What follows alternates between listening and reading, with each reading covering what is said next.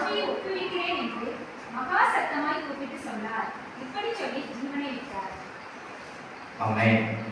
இயேசு என்ன செய்தார்? சிலுவையில் அறைந்து கடைசி மணி நேரத்தில் தன்னுடைய ஜீவனை பிதாவினிடத்தில் ஒப்பு கொடுப்பதற்காக நின்றுட்டு, அப்ப அந்த டைம்ல பார்த்தீங்கன்னா அப்ப கூட தேவன் பிதாவுடைய சித்தம் என்னவோ அதை செய்யறதுக்காகவே என்ன செஞ்சார்?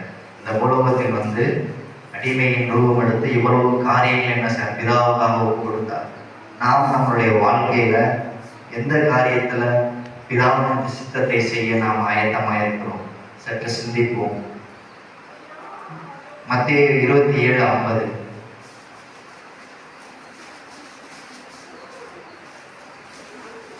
இயேசு மறுபடியும் மகா சத்தமாய் கூப்பிட்டு ஆவியை விட்டார். ஆமென். இந்த இடத்துல என்ன சொல்லப்படுது? இயேசு மகா சத்தமாய் கூப்பிட்டு ஆவியை விட்டார். இன்னொரு வசனத்தை வாசிச்சிருவோம், அதுக்கப்புறம் பேசலாம். லூக்கா 23:46. இயேசு பிதாவே, உம்முடைய கைகளில் என் ஆவியை ஒப்புவிக்கிறேன் என்று மகா சத்தமாய் கூப்பிட்டு சொன்னார். ஆமென். இப்படி சொல்லி ஜீவனை விட்டார். ஆமென். இந்த 3 காரியத்தில் என்ன செய்யறாரு? இயேசு மகா சத்தமாய் பிதாவை நோக்கி கூப்பிட்டு என்ன செய்யறாரு? தன் ஜீவனை ஒப்பு கொடுக்கிறார். இங்க ஒரு காரியத்தை நான் பார்க்கணும்னா, கடைசி வரைக்கும் தேவன் என்ன செய்யறாரு? அந்த காரியத்தில் தம்மை தாமே ஒப்பு கொடுக்கிறார். பிதாவினிடத்தில் ஒண்ணு ஒப்பு கொடுத்த, 2வது என்ன செய்யறாரு? கீழ்ப்படுகிறார் தேவனுடைய வார்த்தைக்கு.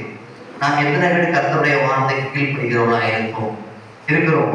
சற்று நாம் யோசிப்போம். தேவனுடைய வார்த்தைக்கு கீழ்ப்படியும் பொழுது என்ன செய்யறாரு?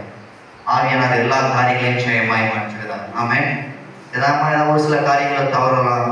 பிசாசு அதனால சூழ்நிலை என்ன செய்வான்? கொண்டு வருவான்.